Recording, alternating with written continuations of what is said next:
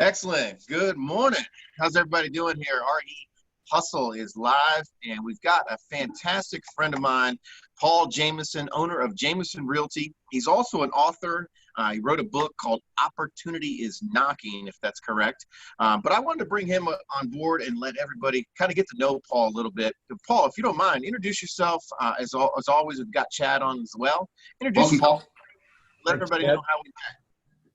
Hey guys, I am, as Mario said, the owner of the Jamison Real Estate team. I have three businesses: the realty team, the property management team. I manage several hundred houses, and an investment group. But first and foremost, I'm a dad, a grandpa, or papa. Grandpa's a name where you have no teeth. And I am, excited to be here with amongst good friends and finally breathing a little bit of life in our business. So thanks for having me. Good to see you. Amen to that. Amen to that. Well, that's Paul, one, we appreciate you coming on and chatting with us real quickly. But, with this COVID, as it's starting to kind of transition a little bit now, and as you said, getting a little bit more life back into our business, what are some of the things that, you've seen change or pivot in your business that's really kind of stood out to you since everything's kind of transverse for everybody? Right. Well, since you're not old enough to really remember 2008, isn't that a nice way to start? Hey, I lived it. I loved it. I know you did, and that's why I'm just razzing you. 2008 came what felt like an overnight drop in our world, and this came what felt like an overnight drop in our world. So, I think, which was really hard for me because I've never experienced anything like this. We've always experienced up and downs in our market, but never as a result of something we can't fix. Right. Right.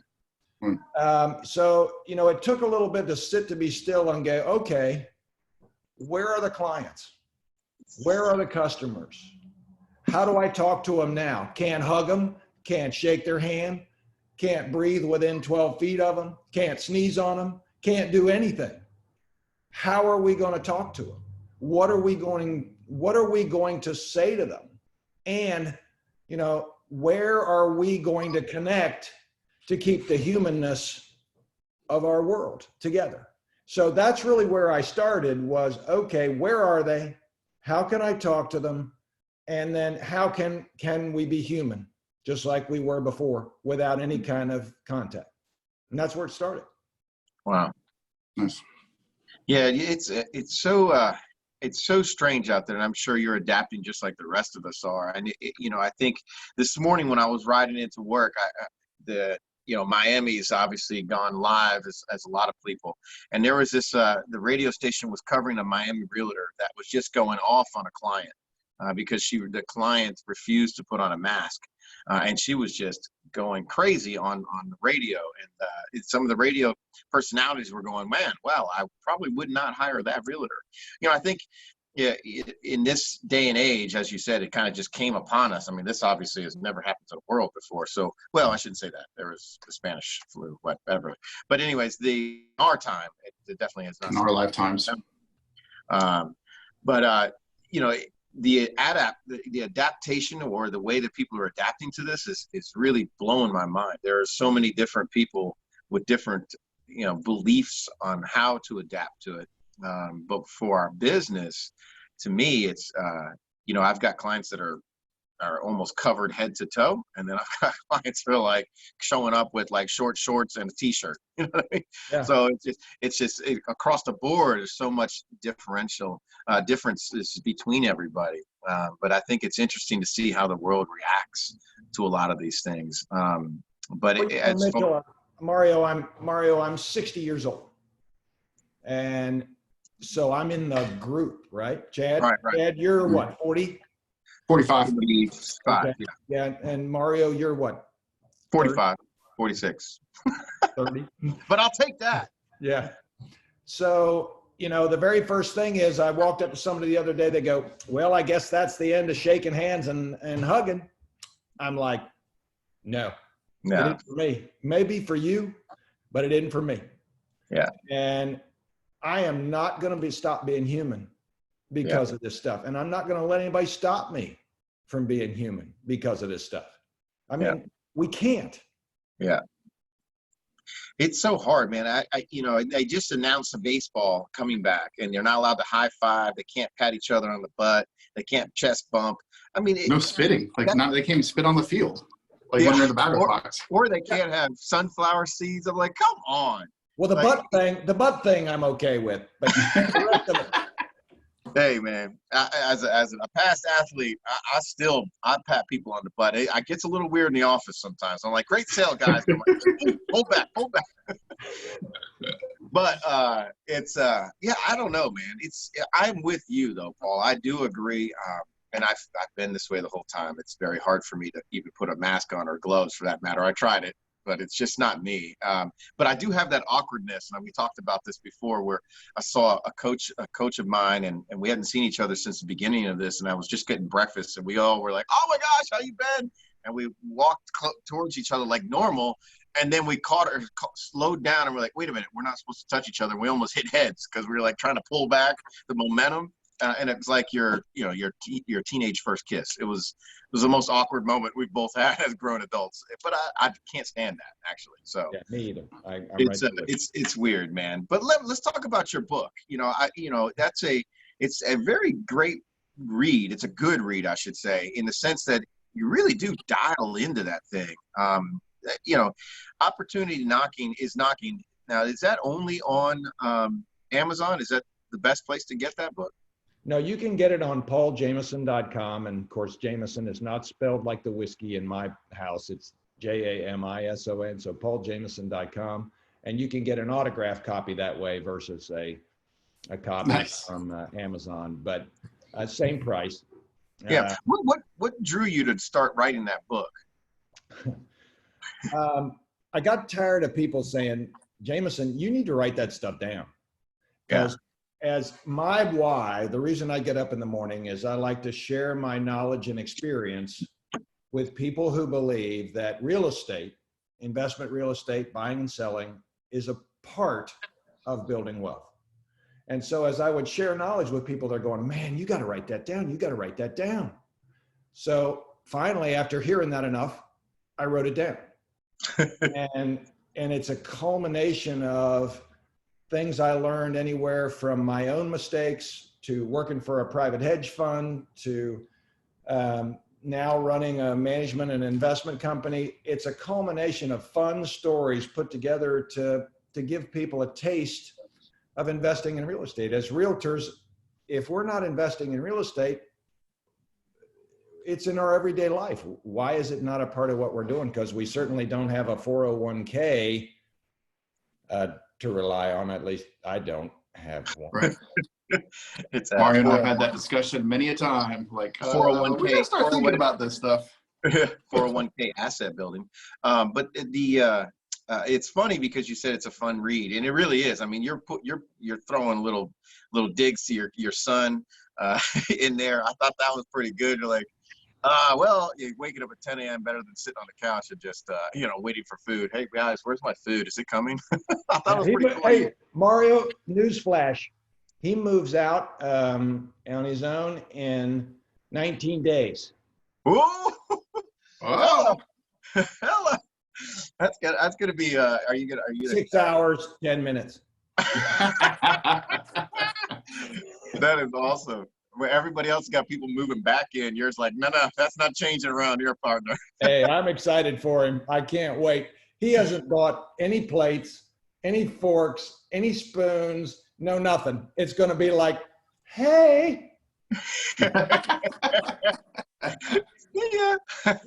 yeah. Let me ask you something. Are you a sports fan, or do you follow any sports locally or nationally? I do. You know, what used to make me sleep, now I enjoy. I like to watch golf. Nice. Nice. So, did you watch yesterday with Rory and was it Dustin and who else was playing? I was playing golf yesterday. Oh, so nice. I happened to miss, and then I had a listing I had to go on right afterwards. But I was not watching. I was participating yesterday. How'd you shoot? How'd you play? First time back, or you took a little break? I took a hiatus for 5 years, and I took a golf lesson, and I was really excited. So the front 9, I played really well. The back 9, my phone started ringing, and I hit the tank. How many times does that happen to you guys? The phone. Oh my goodness! Even if my phone, even if it doesn't ring, I just blame it on real estate, so I can reflect to my score. I'd have done better. I'd have done better. My phone was ringing, my ball almost hit the guy I was playing golf with, though. That was real estate fault too. So you got to blame that on the coach. Yeah, exactly. Well, now looking back at it, or maybe it's still happening right now, what is one of the biggest positives that you've taken away with COVID so far? Well, I think in order to grow as people and to grow as a business and to grow as a business owner and to grow, period, change is inevitable. And this one forced us to change. Now, maybe some people saw it as a snow day, but the people I'm talking to right now know darn good and well that it was no snow day. And we had to change, right? And for somebody that it took 2 years to figure out how to turn on the iPhone, once I left the store to reset it and figure it out, I'm now using different formats to communicate that I never thought I would before. And I'm thinking about my business in a different way that I did not think I would before. And I'm thinking about the future in a way that I did not think about it before. And that's a gift. And I'm going to take advantage of it. I'm not going to keep doing the same thing over and over and over and over. That's the definition of insanity, right? Right. What we did before isn't going to work the same. Yeah, I think that's a great point. Mario and I have talked about it a lot too. Just the fact that, even just with video, stuff like this. I mean, we talked about this for a couple of years, doing different things, and again, being forced now to do some of the communication, via whatever the Zoom calls or FaceTime or different things where you can talk to your clients. I think it's just something, like you said, we can take advantage of in the future and keep using it to kind of make some of those meetings happen sooner. Make everybody feel more comfortable with it. But going forward, I think it's just going to add to our business. Yeah. Chad, to your point, my dad's 94. Mm-hmm. His birthday was always a year my sisters and I, without spouses, without his wife, went to see my dad. This year, we couldn't do that. And so what we did instead was we did a Zoom call with all the kids, all the grandkids, everybody. And my 94-year-old dad stared at the screen with everybody from Thailand to Chicago. I consider Chicago the other side of the world. That they were all together. And he was amazed. He couldn't believe that you could do something like that. Right. Wow. And that was cool. So now we've done other calls as a follow-up because it just means so much to him. Sure. To be able to see your face. Yeah. That's awesome. That's a huge knock to COVID making things positive, because that's probably one of the biggest positives nationally that's come out of this is giving this opportunity for people to really look into to create that type of connectivity. I think that's definitely one of them. One of the other things, by the way, how's your wife doing? Everything good? Everything's great. Yeah. You had mentioned to me about a date night that you always did with your wife when we talked about this a couple months ago. So COVID, just to throw it out there, that's what I do now is I do a date night with my wife, which I've never done on a normal basis, but thanks to you and that idea. So I do that every Wednesday night. We take turns. So she does the next Wednesday, try to create the atmosphere at the house. But yeah, that's good. So you're the one that shared that with me. I appreciate that. Yeah. Another thing a guy shared with me the other day, he said he and his wife do alternating movie nights. So she gets to pick. So he has to agonizingly go through a chick flick. on her night, but then on his night, he can pick, Rocky 17 if he wants to, and she has to sit through it. So, the unfortunate thing for Mario is that's the reverse for him and Tabitha. uh-oh. Mario likes the musicals, and Hey man, I love musicals. I can't lie. I Can love you them. sing, Mario, can you sing? No, I he wish. thinks he can. My fish love it. They blow bubbles. Hey, Chad, I don't know, but my church asked me to lip sync. Wow. They said, sit in the front row and lip sync. Just mouth the words. You don't really have to make a voice. That's right. God knows you're there. He knows you're there. Unbelievable. Golly. So now that we're starting to transition out, which is like, hopefully we're all let loose. Today, you got gyms and barbershops and nail salons opening up in South Carolina. North Carolina, hopefully, is going to follow suit here near the end of the week. How do you feel personally about transitioning back into some form of normal life? Is there some type of anxiety, or are you just like, let's do this, rip the Band-Aid off, I'm tired of this? My answer is not going to be popular, Mario. I can just tell you right now.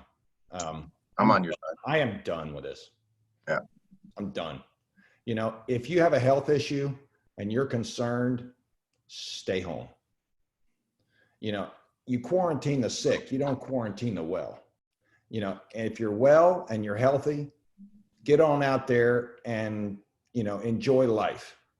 And careful, don't be stupid, but enjoy life and be respectful. And don't yell at me because I'm not wearing a mask, Right.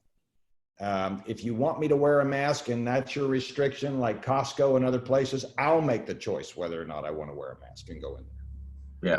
I can stay home, but I know it's not going to be popular, and I'm not poo-pooing the virus. I'm just saying I'm done.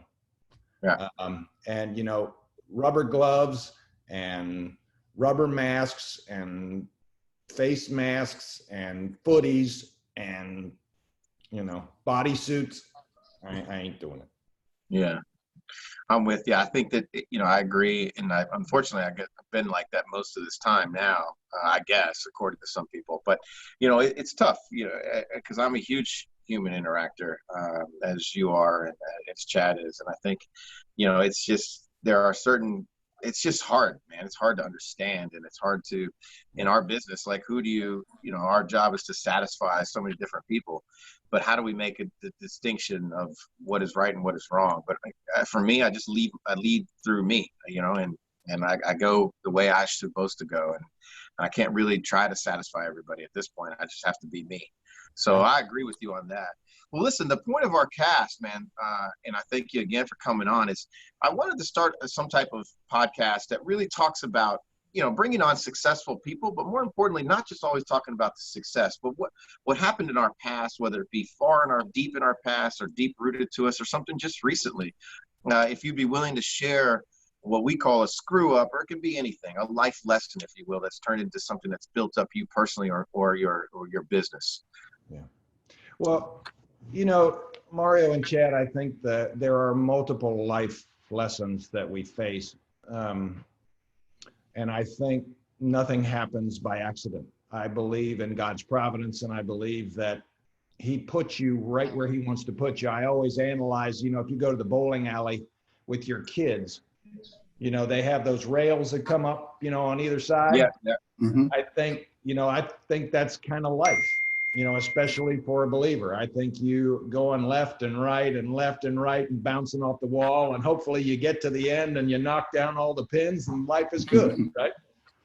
But, many years ago, one of the many hard lessons I learned was, when 2008 came, I was surprised by many things, from having bank loans called from a bank going out of business and shocking my world, to, hiring a property management company to take care of some of my investments. And it was an awful experience. but that awful experience led to a path for me. The name of the company is not important. The lesson is what's important. And that's that it opened up a door for me through complaining. I know you know Marissa Boyle. Marissa's one of the sharpest agents out there. I was complaining to her about how the whole thing stunk, that, I'm taking care of the tenant, I'm not getting paid, and I'm not doing this. And she looked at me and she said, Paul, you're managing your properties. Why don't you manage one for me? I need help. I'm like, yeah, right, sure, whatever. Well, 1 led to 5, 5 led to 50. Fast forward through a stint at a private hedge fund, managing thousands, which sucked, by the way. I like working with private owners better. Now I manage, a few hundred and really love that part of the business. But, it's kind of like the guy that bought the razor company. I liked it so much I bought it. I hated it so much I started it the way I wanted to do it in a different way. And I think just like COVID, there's an opportunity for us out there. I did a radio show, I guess 2 weeks ago or 3 weeks ago, and I had a list of everything that was positive about the COVID virus. And I called people and I asked them, what's positive about the COVID virus? Give me stuff. Give me your thoughts. And I took that list and I aired that list. I got so many calls about that because that's not what people are expecting, right? Yeah. There's something called appropriate disruption, Mario. You've done it. You've done it. We had that conversation in Dallas. Chad, you probably do it because you're around Mario. Appropriate disruption means doing something that people don't expect, but that makes sense and creates a different kind of bond with people. Does that make sense at all to you guys, or am For sure. talking? No, right there with you, for sure. Did that answer your question, or did I go down a goat path somewhere? No, I think, that's it. You're right. Change can take a lot of different paths. And I think a lot of people, change scares them, or it scares them to go the opposite direction. Where for you, I think in 2008, change gave you the opportunity to take advantage of a situation and to learn from things that were there and make it into your career. Like you pivoted back in 2008 and turned it into a great thing for your family. And I think you're right. As this starts to turn, you're going to see a lot of people, unfortunately, that are just going to pivot the wrong way. They're going to take the wrong path and run from it versus go directly into it. And make something different and take different choices. Right. A friend of mine told me something that stuck with me, and I shared this with you when we've spent some time together, that it's one thing to run from something and another thing to run to something. And in that decision process, because I look at a man like you, and Chad, I don't know you yet, but I look forward to getting to know you. Sure. Mario's history brought him to where he is today. And I'll never forget that breakfast conversation we had, ever. Absolutely. Yeah. It had such an impact on me. Sorry you all folks weren't there. Could have been, but it's only 2 seats. But if I could have recorded that conversation, I'll never forget what you told me. And people don't know your story. They need to hear it because it's amazing. It's absolutely amazing. And then they can understand, right? Yeah. The people that hear my story and know that I lost both engines in a twin engine airplane at 15,000 feet, which is the start of a journey for me. They understand a little bit more about why I do the things I do and why I say the things I say. But Mario, I'll never forget that breakfast. And I hope one of these days you do a podcast about yourself. No, I appreciate that. Yeah, no, it was a profound meeting between the two of us, and I appreciate you taking that meeting, which has turned into, in my opinion, a really good relationship, which will only get better after this COVID stuff goes away. But Absolutely. yeah, thank you so much, man. It's this is what it's all about. It's leading up to different things. But yeah, I will take your advice and eventually try to get into a book aspect of it. Oh, I guess if I'm being honest and transparent, there's a little fear involved with that. But at the same what- time, I live off of fear, and I'm ready to. You just timing and putting it together. yeah. Just remember, you will do better than me, because the editor, once they got my book that I wrote, they went like this. You didn't quote this right. So I think you'll do better. Yeah, I'm anxious. I'm definitely thinking about it. I've just got to find that quiet spot like you would find, and just write. And next thing you know, you're like, wow, I just went through a couple chapters. Yep, that's it. Yeah. Once you start, Listen. you can't stop. Write them a check. That's what I did. I wrote the publisher a check. That motivated me to get it done. Right.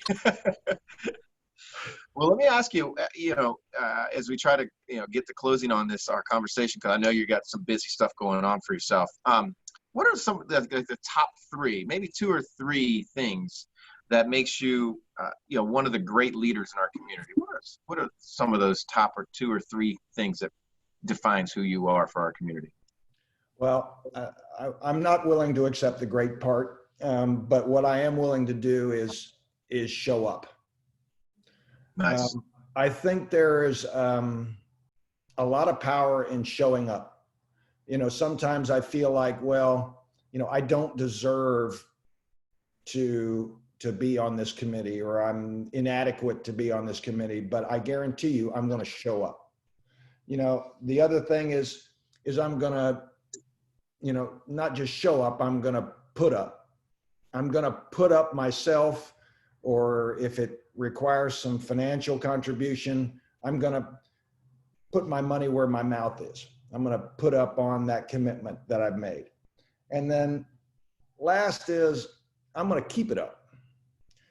I'm not going to stop showing up and standing behind what I say I'm going to do, because that's my integrity. So, that's a lot of ups, but it beats downs. I'm not going to sit down, lay down, and be put down. And so I'm an up. My glass is half full most of the time, unless I spill it. And I'm certainly able to do that from time to time. But, again, Chad, if you're hanging around with Mario, you're an up guy. You have to be. Otherwise, he just does that to people. And Mario, For sure. you're an up guy. So, it's an up thing, and then there's also screw up, but that's life, man. I said to a guy today in an email, I said, every day I'm still going to be human, and I'm going to screw up. So get used to it. That's right. Absolutely.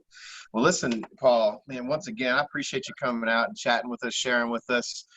Your book, I know we'll get it out there again, but for people that are looking to, looking for a management person or want to just get in touch with you, I know this may sound abnormal to some people, but our world is big enough to share. But how can people get a hold of you, or what do you feel like sharing for those that are listening? Well, I would say this.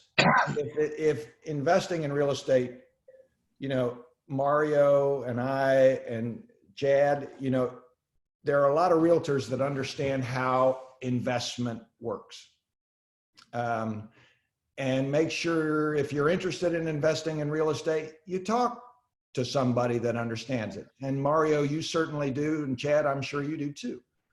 It's not the same, but it is a true way to learn how to build wealth. And my book is a good start. A lot of realtors just give it away to their clients, and it helps bridge the gap in education. I'm not the only realtor in town. I'm one of a great many, and I'm always honored to be around people that are smart and alert and up. And so, if it interests you, and you see it as a value, you can always make a good connection. And you got a great team, Mario. You got a good group of people. They're smart, they do good business, and they're honest. And that's what it takes. Same to you. Same to you. Well, thanks so much, Paul. Tell Carrie I said hi, and we really appreciate you coming out and chatting with us, and Chad. But if anybody needs to check out that book, Opportunity is Knocking. You can jump on Amazon, or I think it's PaulJamisonRealty.com. PaulJamison.com. You can find it Paul there. Jamison. Awesome. Thanks so much. We'll throw Paul. up the links for you, Paul. All right. Thanks, guys. Talk to you later. See you. All right. Bye. Bye now.